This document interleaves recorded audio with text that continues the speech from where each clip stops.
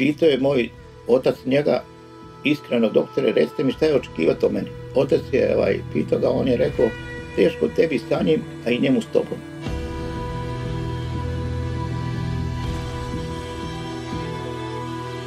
Ja sam Emir Zenjilanić, urar, profesionalni urar sa završenim zanatom u Zagrebu 3 godine, fakultetski obrazovan napola, radi finih i dobrih stvari što sam u životu proveo se. Nisam mogao završiti fakultet, a inače sam samostalni urar, radim već skoro 40 godina u ovoj branši. Inače sam rođen 13.2.59. Izuzetno sam zadovoljan samim sobom, iako sam imao veliku tragediju da sam se razbolio sa 6 mjeseci života kao novorođenče i da sam imao teški oblik dječje paralize na koje je ostavila duboki trag na meni, da sam ostao 100% invalid već sa 6 mjeseci života. I uspio sam u životu i sam sa sobom sam prezadovoljan. Tako da mogu samom sebi reći, Emire, uspio si u životu i hvala Bogu još uvijek sam aktivan, radim, vodim udruženje paraplegičara i oboljelih dječje paralize u Jajcu, izuzetno dobro radimo, izuzetno sam komunikativan, volim šalu, volim zezu, puno me naroda zna u Jajcu, vjerovatno 95%, i tako da imam i posla na osnovu toga, imam prijatelja puno i imam jedan svijet koji mi je najdraži nešto na svijetu. Imam ćerkicu koja ima već u srednjoj školi ide i to mi je jedno veliko zadovoljstvo u životu koje me tjera da još se i dalje borim dokle god mogu svojim umom i svojom snagom. Kad sam imao 5 godina života išao sam da se liječim u Risan u Crnoj Gori. Tamo mi je doktor i rekao ocu, Allah mu rahmetel koji je umro, rekao vodi ga, imao sam sve petice u 1. razredu, vodi ga, pametan ti je, kaže daleko će dogurati. I na kraju kad sam sabrao i odzvao, imam jednu isto priču da ispričam. Kad sam se razbolio, otac je ošao u Sarajevo, ovdje mu jako slabo su znali oko ti nekih stvari u to doba i on je magistar bio u Sarajevu. Odmah je prepoznao moju bolest i pitao je moj otac njega, iskreno, doktore, recite mi šta je očekivati o meni, za mene, u vezi mene. Otac, to sam uvijek upamtio očeve riječi. Otac je pitao ga, on je rekao, teško tebi sa njim, a i njemu s tobom. Nećete vjerovat, u toku rata moja familija je faktički ovisila o meni, ja sam sve slao, otišao sam u Švicarsku, puno mi je to velika, isto golema priča, da sam i pomagao i da nije mene bilo bi Boga mi gladi i svega svačega. Tako da sam na osnovu toga zaključio da kad ti Bog dadne na faku, niko ti je ne može oduzeti. A imam, hvala Bogu, i dobra primanja, imam što sam već u penziji, radim dodatno ove poslove, radim u udruženju i tako da sam puno prijatelja, pun sam života i još uvijek puno radim i dobro živim i zahvaljujem se puno na prvom redu Bogu što mi je sve to dao, što mi je osposobio. A što se tiče ostaloga, neke stvari mogu navesti da sam završio osnovnu školu u Trapistima u Banja Luci, zatim sam završio u Zagrebu za urarski zanat i tamo sam 3 godine išao redovno u školu, bila je specijalna ustanova za djecu i omladinu, gdje se školovalo, spavalo, živjelo tu i tu sam imao svoju prvu ljubav, kako ono kažu, u tim srednjoškolskim danima. A druga stvar, kasnije, nakon povratka kući, počeo sam raditi privatnika kod ovih naših domaćih urara i posebno se zahvaljujem mom majstoru Kilimu Enesu, koji je dan danas živ i jako se poštujemo i cijenimo, da me znao po čitav dan ostaviti samog u radi bez ikakvih problema. Ja sam tako bio realan i tako on kaže i pošten da je bez ikakvih problema mogao me ostaviti da radim kod njega i puno sam toga ne u školi naučio, nego baš kod njega kako raditi, kako zaraditi i kako opstati u ovom našem zanatu. Nakon godinu, 2 dana vidim to, imao sam volju da idem nadalje, kako se zove, da idem u školu, na fakultet i onda sam ocu predložio da odemo dole u Banja Luku, da se upišem i tako sam se upisao na pravni fakultet. Otac mi je kupio novo auto, tada Fićo Piko, jako poznat. Moje je bilo to nekako veselje, zvali smo ga Zeleni, oba bio je zelen i ja sam bio presretan i onda sam svašta preživljavao sa tim autom svojim, išao u školu. Imam jednu anegdotu, često me otac pratio, to moram navesti. Jednom sjedili smo i on je htio da zatvori vrata, a meni je dodjelo da me ona već pola godine ide sa mnom na fakultet, ja sam upalio, ostavio oca i on je ostao na kapi, a ja sam ošao u Banja Luku da budem, konto sam, zašto bi on mene protiv kad mogu sam sve raditi. I tako da sam na osnovu toga išao 3 godine na fakultet, međutim šta me ponukalo da se vratim i da ne završim fakultet, ostali su mi dan danas dokumenti dole, zato što sam imao krasno dole studentice pogotovo, lijepe, izuzetno. Ja sam bio komunikativan, novčano dobro zbrinut i novog auta, onda ne može se tako fakultet završiti. Tako da sam to ostavio ad acta, kako se kaže, na stranu, ali sam živio normalno, zarađivo i izuzetno sam bio sposoban u nekim stvarima, kako čovjek kaže, klikeri rade u glavi, da sam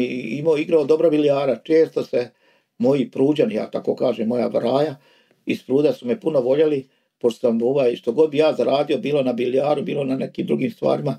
odmah su mi to pojeli, popili, tako da sam ja uvijek imao sa sobom izuzetno dobro, a uvijek su mi čuvali i leđa, hvala Bogu, tako da sam neke stvari uradio kako treba. Da bi još nastavio dalje, moram još navesti da sam u Trapistima bio u kolicima do 13. godine, prohodio sam zahvaljujući doktoru Orajiću, doktoru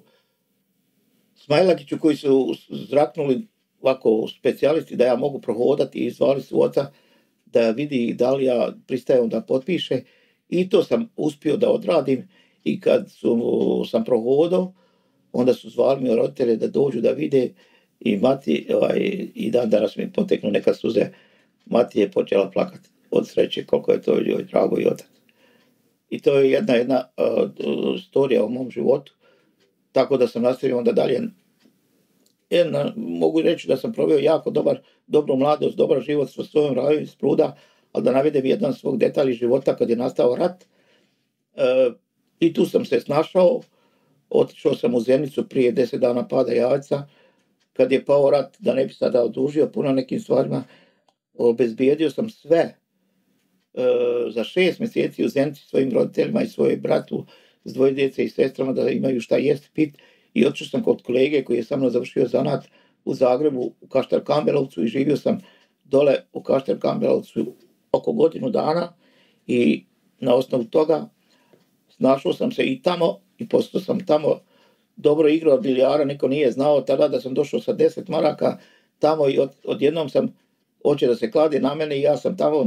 za 2 dana zaradio već 100 maraka i to onih Deutsch maraka koji se i dan danas sjećam. I niko više nije htio da igra sa mnom, to sam se sve znao, trebalo su mi tada novce. Onda sam se snašao i otišli smo na trajekt, ja i moj kolega, jedan koji je imao sina i dijete, nije mogao se,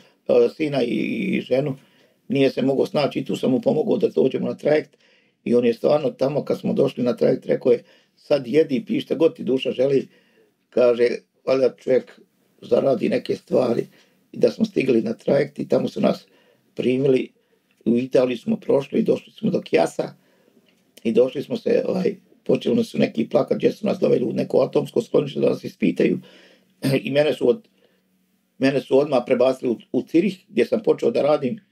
pošto sam već nakon par mjeseci znao dobro njemački, znao sam engleski i odmah su me bacili u centar Ciriha da zarađujem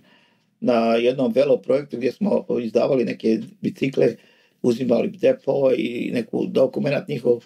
ali sam se i tu snašao, znao sam jezike i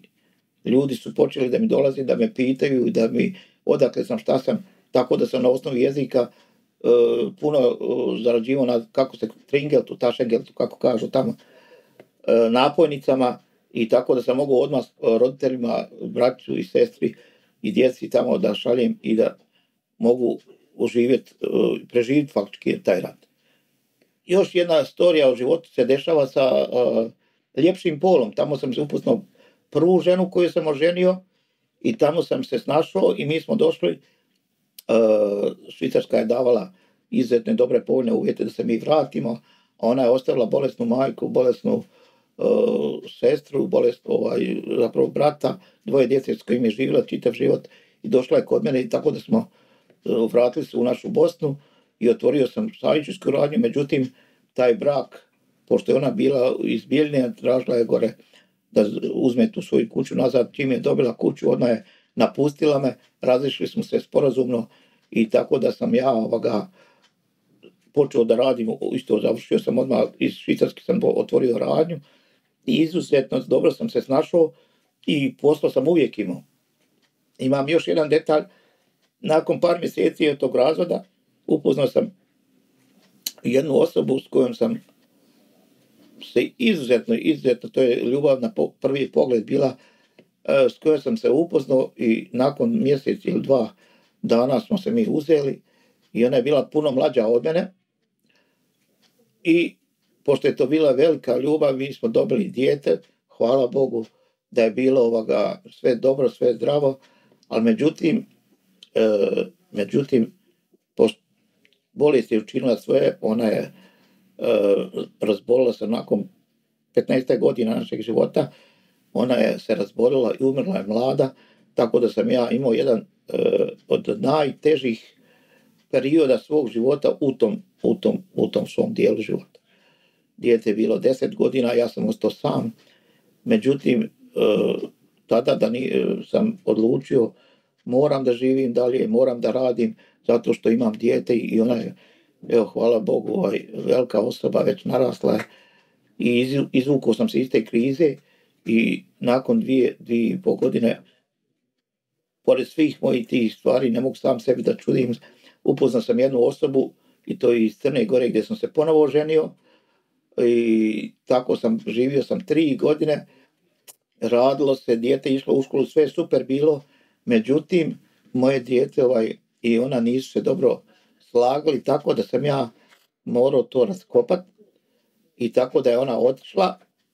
i ja sam onda sam ja odlučio da ipak ona je otišla da vidi roditelje, nije se ni vratila, onda sam ja raskopao to, razveo se kako treba, nećete vjerovati, ta osoba i dan danas hoće da mi se vrati, ne znam šta će biti, ja i dijete smo sami, mi živimo dobro i nemam ja nikakvih problema. Moram staviti isto jedan aspekt na svoj život. Imam izuzetno neki dobrih stvari, šta ja znam, imam neki bračnih ponuda još uvijek, ali neke stvari sam stavio ad acta zato što mislim da je dijete najvažnije u životu, da ga izvedemo kako treba, da bude svoj čovjek i da radi i da bude poput mene, bar neko, možda će me i kako se kaže, možda će biti sposobnija od svog oca, ali vidjet ćemo. Hoću samo da se napomenem da posvetio sam se njoj i tako samo gledam kako da je uvodimo, da dobro živimo i hvala Bogu uspijevamo. Često mi ovdje svaki dan dođemo, očistimo malo radnju, nešto mi pomogne, odemo kući, uradi. Imamo krasnu kuću u Prudima, tako da imamo te sve blagodeti života što nam treba. Nećete vjerovati, možda ja kontam tako Bog dao na faku, da se nikad nisam napatio u životu, ni dan danas velika je kriza, ljudi nemaju novaca, ali ja vam mogu napomenuti, x puta, puno mi ljudi dolaze da im pomognem i zahvaljujem Bogu da im ja mogu pomoći, ne oni meni, tako da sam evo nedavno jedna osoba došla, trebalo je nešto za zdravlje, ja sam ispikao to odmah, rekao nikakvi problem i ja sam na toj osobi primijetio suzu, kaže, ja ovo još nisam vidio. Tako sam, nešto mi je puno srce onda, šta ja znam,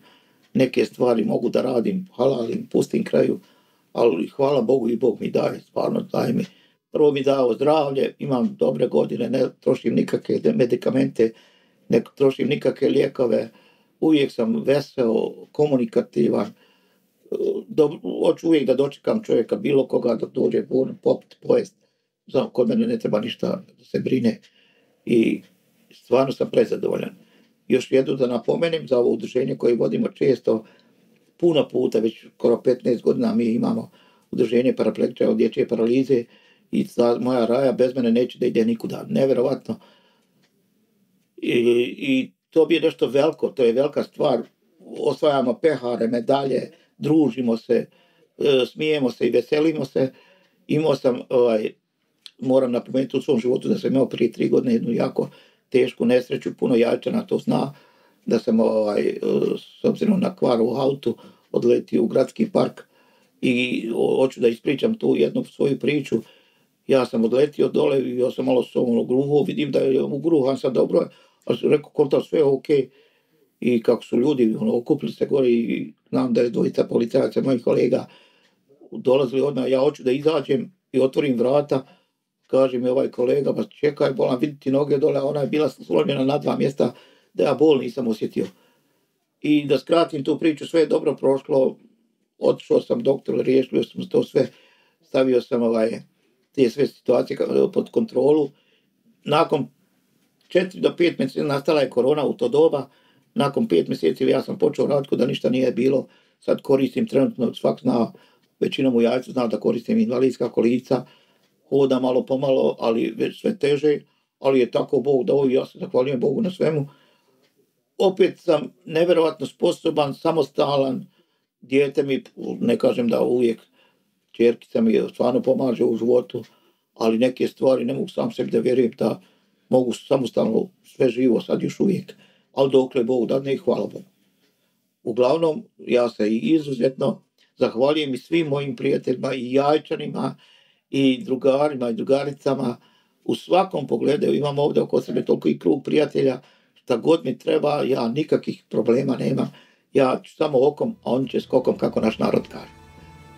Eto, i puno se zahvaljujem svim Jajčanima i svak kome god bude trebala pomoć,